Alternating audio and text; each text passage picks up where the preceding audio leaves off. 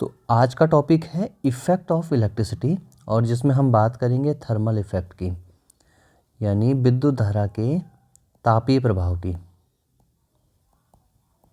ठीक है, तापीय प्रभाव क्या होता है, तो अभी इसको हम डिस्कस करेंगे। तो अभी पहले डिस्कस करते हैं कि हमने लास्ट कुछ वीडियोज़ में क्या डिस्कस किया है।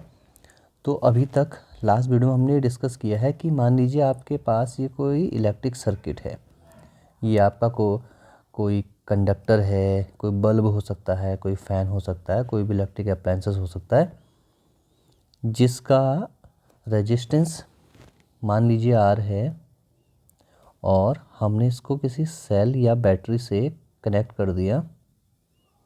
ठीक है, ये मैंने इसका की यूज कर दिया। करंट को मेजर करने के लिए मैंने अमीटर जोड़ दिया। इस तरीके से इस सेल या बैटरी के द्वारा जो पोटेंशियल डिफरेंस है वो क्या है, V है। तो इसमें I करंट मान लीजिए फ्लो हो रही है। ठीक है, इस V के कारण, पोटेंशियल डिफरेंस के कारण क्या करंट फ्लो हो रही है, करंट I इस्टेब्लिश हुई। ये इसका पॉजिटिव टर्मिनल है, ये नेगेटिव टर्मिनल है। ठीक है, तो अभी तक हमने क्या डिस्कस किया है पिछले वीडियो में कि इस पूरे सर्किट में अगर आपको करंट अगर चाहिए, ठीक है, तो उसके लिए आपको क्या करना पड़ेगा, आपको बैटरी या सेल चाहिए होते हैं। और ये बैटरी और सेल क्या हैं, ये आपकी सोर्स ऑफ एनर्जी हैं, सोर्स ऑफ एनर्जी हैं। ठीक है, सोर्स ऑफ एनर्जी हैं। तो इन सेल और बैटरी के अंदर क्या चलता है, सेल और बैटरी के अंदर आपका केमिकल रिएक्शंस होती हैं, केमिकल रिएक्शन होती हैं और एनर्जी फॉर्म होती है। उस एनर्जी के कारण आपका क्या होता है, इस पूरे टर्मिनल के लिए, इस पूरे सर्किट के लिए किन्हीं भी दो टर्मिनल के अक्रॉस आपका पोटेंशियल डिफरेंस इस्टेब्लिश हो जाता है, डिफरेंस इस्टेब्लिश हो जाता है। ठीक है, यानी हम कह रहे हैं कि अगर मान लो इस सर्किट में अगर करंट चाहिए तो हमको सबसे पहले क्या चाहिए, कोई पोटेंशियल डिफरेंस चाहिए। पोटेंशियल डिफरेंस कहाँ से आएगा, जब हम यहाँ पर कोई सोर्स ऑफ एनर्जी यूज करेंगे। तो यहाँ पे सोर्स ऑफ एनर्जी के लिए हम क्या यूज करते हैं, सेल या बैटरी यूज करते हैं। और इसके कारण इस पूरे सर्किट के दो टर्मिनल के अक्रॉस पोटेंशियल डिफरेंस क्या हो जाता है, क्रिएट हो जाता है। ठीक है, जैसे ही पोटेंशियल डिफरेंस क्रिएट हो जाता है, उसके कारण आपकी करंट क्या हो जाती है, इस सर्किट में इस्टेब्लिश हो जाती है। यानी करंट कैसे होगा, इसमें चार्जेस मूव करने लग जाते हैं एक पॉइंट से अनदर पॉइंट की ओर। तो चार्जेस क्या होंगे, मूव करने लग जाते हैं। तो जो चार्ज मूव कहें या फ्लो कहें, तो flow of charge per unit time को ही हम क्या कहते हैं, टाइम के साथ अगर चार्जेस फ्लो हो रहे हैं तो वही हमारा क्या है, इलेक्ट्रिक करंट है। ठीक है, तो ये सारी बातें अभी तक हमने सीखी थी। ठीक है, तो अभी सवाल ये है कि इस अगर पूरे सर्किट में अगर करंट अगर हमें चाहिए, तो इसके लिए जो ये सोर्सेस ऑफ एनर्जी हैं, ठीक है, तो इस सोर्स की जो एनर्जी है वो भी क्या होती है, धीरे धीरे ये खर्च होती है। ठीक है, कंज्यूम होती जाती है। तो अब सवाल आता है कि ये एनर्जी खर्च तो हो रही है, तो जाती कहाँ है ये, है ना। तो आज हम इसी पर डिस्कस करेंगे। तो होता क्या है कि जो ये सोर्सेज हैं, चाहे सेल है, बैटरी है, तो पहला तो ये क्या करते हैं, इस सर्किट में करंट को इस्टेब्लिश करते हैं, है ना। और उस करंट के कारण कुछ ना कुछ इम्पॉर्टेंट वर्क हो रहे होते हैं, कुछ कार्य हो रहे होते हैं। जैसे मान लीजिए यहाँ पे आपने कोई इलेक्ट्रिक अप्लायंसेस यूज किया है, मान लीजिए आपका फ़ैन है यहाँ पे। ठीक है, आपने यहाँ पे क्या यूज़ किया है, फ़ैन यूज किया है। तो जब हम स्विच ऑन करते हैं, है ना, ये की है, स्विच है, जब ऑन करते हैं और इस सर्किट में करंट इस्टेब्लिश हो जाती है तो ये फ़ैन घूमने लगता है। तो ये किसके कारण हो रहा है? ये करंट क्योंकि सर्किट में फ्लो हुई है। या अगर यहाँ पे कोई बल्ब होता, ठीक है, बल्ब होता तो बल्ब क्या करने लग जाता? ग्लो करने लग जाता। ठीक है, तो एक तो ये इम्पोर्टेंट जो वर्क होते हैं वो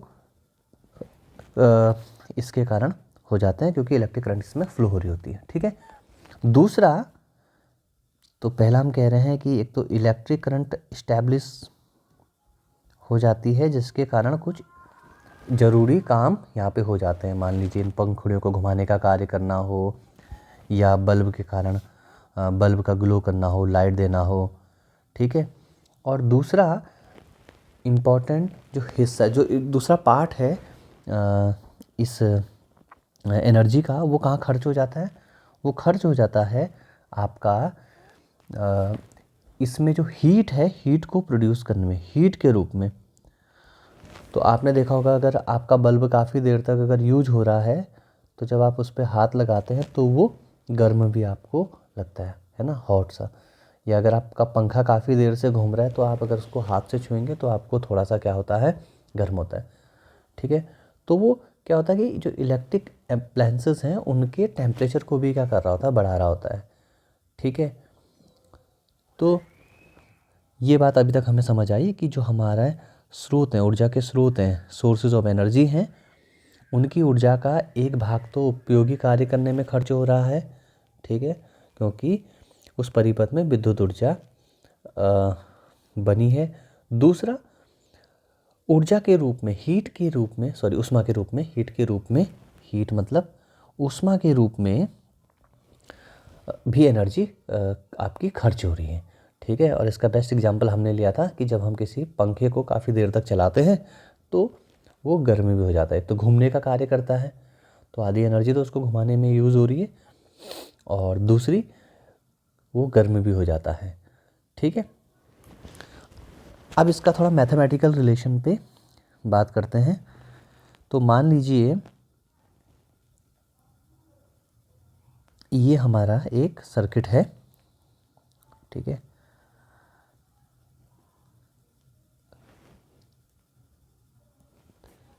तो ये हमारा सर्किट है। ठीक है, जिसमें इसको मैं थोड़ा फिर से बना देता हूँ।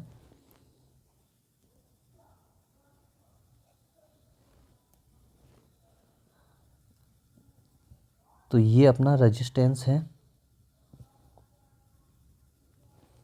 ठीक है,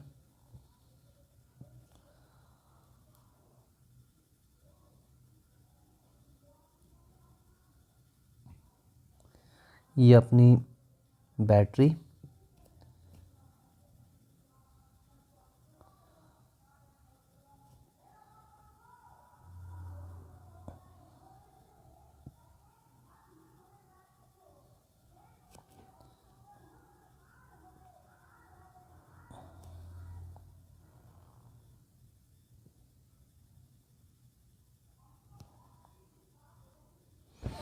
तो ये अपना सर्किट बन गया।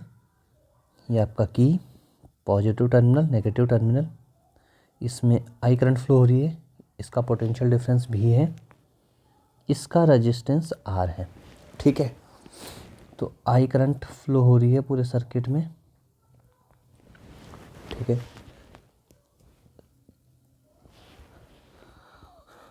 तो एक ही है, सॉरी। तो जो हीट इसमें प्रोड्यूस होगी, जूल्स एक साइंटिस्ट थे, उन्होंने इसके ऊपर लॉ दिया जिसके अकॉर्डिंग जो हीट है, ठीक है, हीट जिसको हम एच से डिनोट करेंगे, हीट वो प्रोपोर्शनल होती है करंट के। यानी जितनी ज़्यादा करंट की वैल्यू होगी, जितना अगर हम करंट को इंक्रीज करेंगे तो आपकी हीट भी क्या होगी? उतनी ज़्यादा प्रोड्यूस होगी। ठीक है, तो ये डायरेक्टली प्रोपोर्शनल है किसके? करंट के। सेकेंड, उन्होंने ये बताया कि जो हीट है वो डायरेक्टली प्रोपोर्शनल है किसके, टाइम के। ठीक है, यानी जितने टाइम तक आप क्या करोगे, जितने टाइम तक आप यहाँ पे करंट को फ्लो करोगे उतनी देर तक आपका हीट भी क्या होगी, ज़्यादा प्रोड्यूस होगी। एंड थर्ड, ये प्रोपोर्शनल होता है, डायरेक्टली प्रोपोर्शनल होता है रेजिस्टेंस के। तो यानी जितना ज़्यादा रेजिस्टेंस होगा उतनी ज़्यादा क्या होगी, हीट प्रोड्यूस होगी। तो इन्हीं को जब हम इस फॉर्म में लिख सकते हैं कि H is proportional to I square R T, या हम इसको कह सकते हैं H equal to I square R T. ठीक है, प्रोपोर्शनलिटी का साइन हटाया, कांस्टेंट आया, कांस्टेंट की वैल्यू हम एक कंसिडर कर सकते हैं। तो ये अपना हीट के लिए रिलेशन आ गया है, और उसमें यही बताया गया है कि जो आपका हीट है वो एक तो पहला डायरेक्टली प्रोपोर्शनल है करंट के।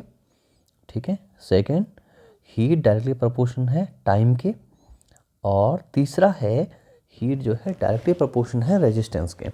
तो जितना ज़्यादा करंट होगी उतना ज़्यादा हीट का वैल्यू भी होगा। ठीक है, जितनी देर तक, जितना टाइम आप इसमें देंगे उतना ज़्यादा हीट यहाँ पर प्रोड्यूस होगी, और जितना ज़्यादा रेजिस्टेंस होगा कंडक्टर का उतनी ज़्यादा हीट प्रोड्यूस होगी। इसके बेस्ट एग्जांपल क्या हैं?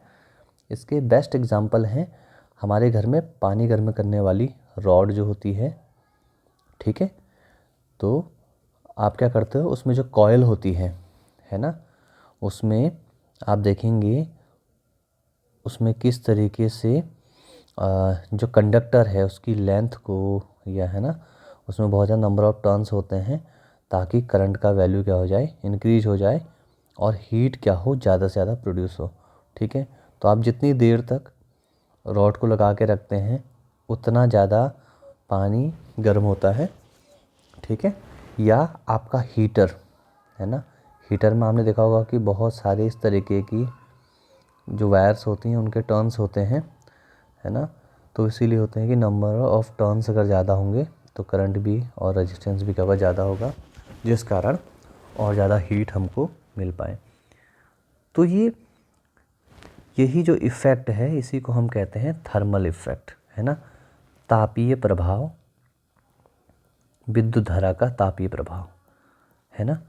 और बल्ब के केस में अगर आप देखेंगे जो इलेक्ट्रिक बल्ब है, ठीक है, पहले जो आते थे इस तरीके के फिलामेंट बल्ब, उसमें क्या होता था, जैसे आप स्विच ऑन करते थे तो अधिकांश हिस्सा उसका लाइट एनर्जी की फॉर्म में ट्रांसफ़र हो जाता था, और कुछ हिस्सा उसका हीट एनर्जी की फॉर्म में कन्वर्ट हो जाता है। ठीक है, तो बल्ब के केस में तो एक अधिकांश हिस्सा आपका किसमें, लाइट एनर्जी की फॉर्म में आपको मिलता है, जबकि कुछ हिस्सा उसका हीट एनर्जी के फॉर्म में मिलता है। जबकि जो हीटर है, हीटर के केस में क्या होता है, हीटर के केस में हीट एनर्जी आपको ज़्यादा मिलती है, और लाइट एनर्जी आपको क्या मिलती है, कम मिलती है ना। तो इस तरीके से ये थर्मल इफ़ेक्ट पे हमने बात की। अब इसके कुछ न्यूमेरिकल हम डिस्कस करेंगे। तो अब एनसीईआरटी का एग्जाम्पल नंबर 12.10 हम सॉल्व करेंगे। इसमें क्या है कि an electric iron consumes energy at a rate of 840 watt when heating is at the maximum rate, and 360 watt when the heating is at the minimum. The voltage is 220 volt. What are the current and the resistance in each case? तो काफ़ी simple question है। इसमें क्या कह रहा है कि आपके पास जो घर में जो प्रेस होती है, इलेक्ट्रिक आयरन है, वो क्या कर रहा है कि अभी दो केस हैं, है ना। तो पहला केस क्या है कि वो एक तो एनर्जी कंज्यूम कर रहा है किससे, 840 वाट पे, है ना, और ये मैक्सिमम रेट पे क्या है, इसकी जो दर है वो क्या है, अधिकतम है। ठीक है। और एक बार है जब आपकी पावर कितनी है 360 वाट, और इस टाइम पे वो जो एनर्जी है उस पर ऊष्मा की जो दर है, तापन की जो दर है, हीटिंग है, वो क्या हो रही है, मिनिमम हो रही है। ठीक है। और इन दोनों केस में आप क्या कर रहे हो, इसको 220 वोल्ट पे यूज़ कर रहे हो। ठीक है। अभी हमको निकालना क्या है, इन दोनों केस के लिए इलेक्ट्रिक करंट कैलकुलेट करनी है और रेजिस्टेंस कैलकुलेट करना है। तो हमको दिया क्या है, हमको P की वैल्यू दी हुई है, हमको V की वैल्यू दी है। तो हमको I और इसमें I1 कैलकुलेट करना है, इसको P1 मान लीजिए, और यहाँ पे R1 कैलकुलेट करना है, यहाँ पे I1 कैलकुलेट करना है, यहाँ पे सॉरी I2 R2 यहाँ पे हमको क्या करना है, कैलकुलेट करना है। तो यहाँ पे अभी हमारे पास क्या है, तो पावर तो हमको दिया है। ठीक है। तो हमको I और R, तो ये मैक्सिमम वाले केस में है ना, जब आपका तापन मैक्सिमम है ना, हीटिंग क्या है, मैक्सिमम है। तो first case when the heating is maximum, तो इन दोनों केस में हम क्या करने वाले हैं, फॉर्मूला कौन सा लगाने वाले हैं, P = VI। ठीक है। इधर भी तो यहाँ पे अभी देखिए I निकालना है, तो I1 निकालना है, तो क्या हो जाएगा, P/P1/V। भी तो क्यों कांस्टेंट है दोनों के केस में, क्योंकि दोनों का हम 220 वोल्ट पे यूज़ कर रहे हो। तो यहाँ पे देखिए I1 P1 कितना है 840 वाट अपॉन V 220 वोल्ट, जीरो से जीरो कैंसिल हुआ, और इसको आप काट दीजिए 11, और ये हो जाएगा 42 एंड अगेन जब आप इसको कैंसिल करेंगे इट विल गिव 3.8 एम्पियर लगभग। तो यानी आपने I1 का वैल्यू कितना कैलकुलेट कर दिया, 3.8 एम्पियर। ठीक है। दूसरा इसमें क्या निकालना, रेजिस्टेंस निकालना है। इस केस में तो हम लिखेंगे रेजिस्टेंस ऑफ इलेक्ट्रिक आयरन। ठीक है। तो रेजिस्टेंस के लिए फॉर्मूला क्या होता है हमारे पास, उसके लिए फॉर्मूला हो जाएगा अपना V = IR होता है, V = IR होता है। तो यहाँ से R निकालना है, तो V/I हो जाएगा। तो R = V कितना है 220 वोल्ट अपॉन I कितना निकला है 3.8 एम्पियर।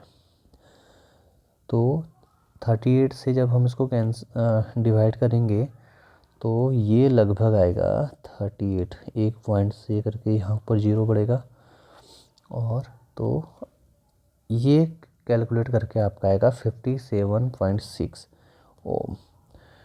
तो इस पहले वाले केस में जब हीटिंग मैक्सिमम हो रही थी है ना, और उस टाइम पे पावर कितनी थी 840 वाट। ठीक है। तो हमको तो उस टाइम पे इसने कितनी करंट वो की है, कितनी करंट थी सर्किट में, वो थी 3.8 एम्पियर। और रेजिस्टेंस कितना निकल के आया, R1 का वैल्यू कितना निकल के आया, ओम्स के लॉ, ये ओम्स का लॉ हमने अप्लाई किया,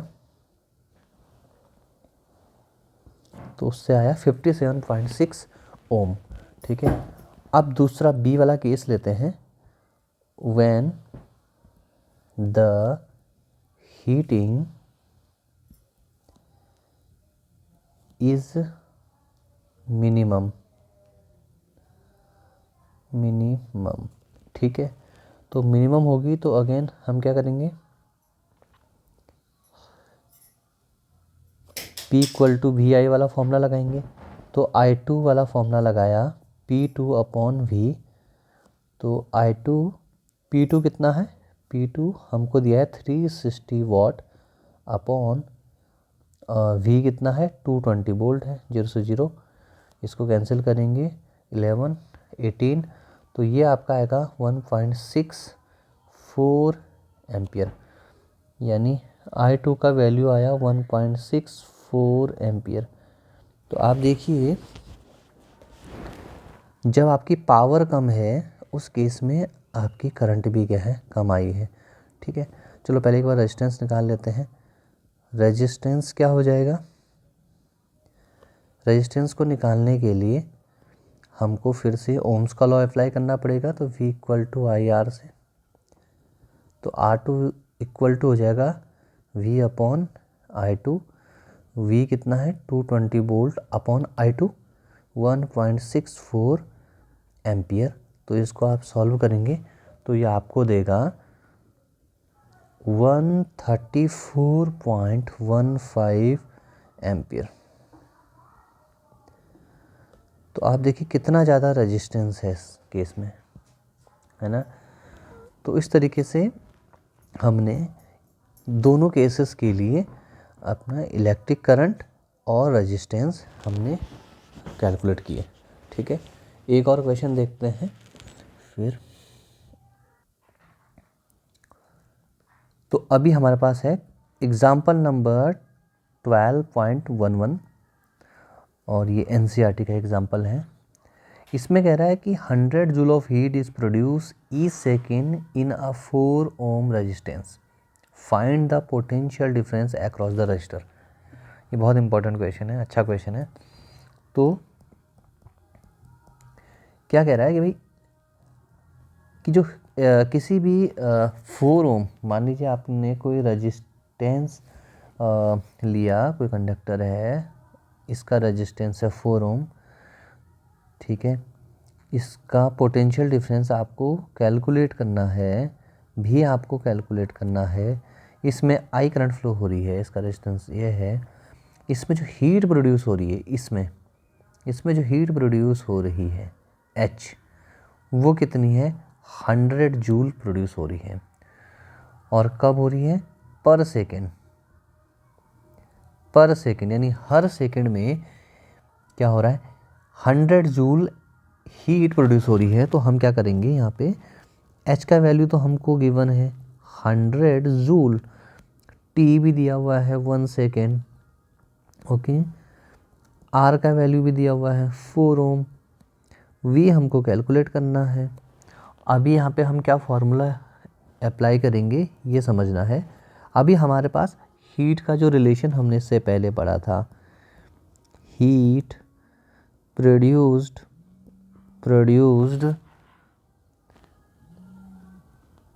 इन a conductor is given by H equal to I square RT. This is the formula, H equal to I square RT. This is the formula. ठीक है, तो यहाँ पे हम क्या करेंगे, सबसे पहले करंट को फाइंड करेंगे। ठीक है, तो पोटेंशियल डिफरेंस क्योंकि हमारे पास I भी नहीं है, तो भी निकालने से पहले, क्योंकि यहाँ पे V है नहीं, है ना, तो भी को कैलकुलेट करने से पहले हमको यहाँ पे आई का वैल्यू निकालना पड़ेगा, क्योंकि इस रिलेशन के अकॉर्डिंग हमारे पास एच का वैल्यू है, आर का है, टी का है। ठीक है, तो हम आई का वैल्यू कैलकुलेट कर लेते हैं। तो ये तो हो गया 100 जूल, आई स्क्वायर हमें फाइंड करना है इंटू आर, 4 इंटू ये कितना हो जाएगा 1, तो ये हो जाएगा अपना आई स्क्वायर इक्वल टू 100 अपॉन 4, और ये कैंसिल आउट होके आएगा 25, तो आई का वैल्यू आ जाएगा root of 25, it means 5 ampere. तो आई का वैल्यू तो हमारे पास आ गया है 5 एम्पियर। ठीक है, तो आई आ गया 5 एम्पियर। और अब हम ओम्स का लॉ यहाँ पे अप्लाई करेंगे, ओम्स लॉ यहाँ पे अप्लाई करेंगे। ओम्स लॉ क्या है, V equal to I R, और हम फिर V का वैल्यू यहाँ पे कैलकुलेट कर सकते हैं। ठीक है, तो V कितना है, V तो हमको कैलकुलेट करना है। I कितना निकला अभी 5 एम्पियर, और आर कितना है, आर है 4 ओम, ठीक है। तो इन दोनों को अगर आप मल्टीप्लाई करें तो कितना आ जाएगा, 5 4 जा 20 वोल्ट।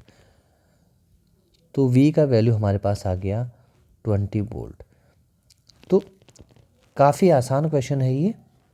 यहाँ पे हमको केवल यहाँ पे ये ध्यान रखना है कि भाई हमको हीट दी हुई है, ठीक है, हीट दी हुई है और रेजिस्टेंस दिया हुआ है जिसमें हीट प्रोड्यूस हो रही है, और ये बताया गया कि ईच सेकेंड यानी टाइम दिया हुआ है। तो हमको पोटेंशियल डिफरेंस निकालना है। तो पोटेंशियल डिफरेंस के लिए डायरेक्ट कोई फॉर्मूला है नहीं यहाँ पे। तो हम क्या करेंगे, सबसे पहले हम हीट का फॉर्मूला यहाँ पे लगाएंगे जो कि होता है H = I²RT, ठीक है। अब इसमें जो वैल्यू हम पुट करेंगे, ठीक है, उसके बाद हम यहाँ पे तो ये इस तरीके से हमने ये वैल्यू कैलकुलेट कर ली, ठीक है। एक और न्यूमेरिकल देखते हैं और फिर इसे क्लोज करते हैं, ठीक है। ये भी एक इम्पॉर्टेंट न्यूमेरिकल है, काफ़ी इजी न्यूमेरिकल है। तो इसमें क्या है, ये कह रहा है कि एक an electric iron of resistance 20 ohm takes a current of 5 ampere, calculate the heat developed in 30 second. Okay, so यहाँ पे क्वेश्चन क्या है पहले इसको समझ लीजिए। जो हमारा इलेक्ट्रिक आयरन है, जो आपकी प्रेस है, इस्त्री है, उसका जो रेजिस्टेंस है, प्रतिरोध है, वो है 20 ओम। और ये कितनी करंट ले रहा है, आई का वैल्यू दिया है 5 एम्पियर, यानी ये है आई, यहाँ पे दे दिया आर, और टाइम दे दिया 30 सेकेंड का, ठीक है। आपको हीट निकालनी है, ठीक है। सो गिवन क्या क्या है, गिवन है रेजिस्टेंस, रेजिस्टेंस है 20 ओम, आई करंट है 5 एम्पियर, टाइम है 30 second, and you have to calculate heat produce. तो हमको H निकालना है, ठीक है। तो हीट के लिए जो फॉर्मूला है वो है H = I²RT। This is the formula, ठीक है। और ये बहुत सिंपल क्वेश्चन है ये। तो आई का वैल्यू कितना है, 5 का स्क्वायर, ठीक है, इंटू आर, आर इज़ 20, ठीक है, इंटू टी, टी है 30, ठीक है। तो आप इनको क्या कर सकते हैं, मल्टीप्लाई कर सकते हैं। 5 × 5 25, इंटू 20 इंटू 600 ही हो गया, ठीक है। तो अब इनको जब आप कैलकुलेट करेंगे तो आपको मिल जाएगा, तो ये निकल के आ रहा है अपना 15,000 और ये निकल गए जूल, ठीक है। तो इस तरीके से ये अपना क्वेश्चन सॉल्व हो गया, है ना। काफ़ी सिंपल था, तो ज़्यादा मुश्किल नहीं है, क्योंकि गिवन वैल्यू है, उसी में हमें फॉर्मूला अप्लाई करना है, तो ये निकल जाएगा, ठीक है। तो ये तो हीटिंग इफ़ेक्ट हमने देखा या थर्मल इफ़ेक्ट हमने देखा, ठीक है। और इस पे वेस्ट कुछ न्यूमेरिकल हमने किए। अभी आने वाले टाइम पे कोशिश करेंगे, अगर कुछ और अगर आपके कुछ प्रॉब्लम है, कुछ कन्फ्यूजन है, तो उनको लेके बात की जा सकती है। बाकी मुझे लगता है कि इलेक्ट्रिसिटी का ये पूरा कंप्लीट कोर्स हमने कर लिया है। तो अगर आपके कुछ और डाउट्स हैं तो आप कमेंट बॉक्स पे लिख सकते हैं, चैट बॉक्स पे भेज सकते हैं, तो हम उनको एड्रेस कर सकते हैं। तो चलिए मिलते हैं नए वीडियो में, तब तक के लिए बाय बाय।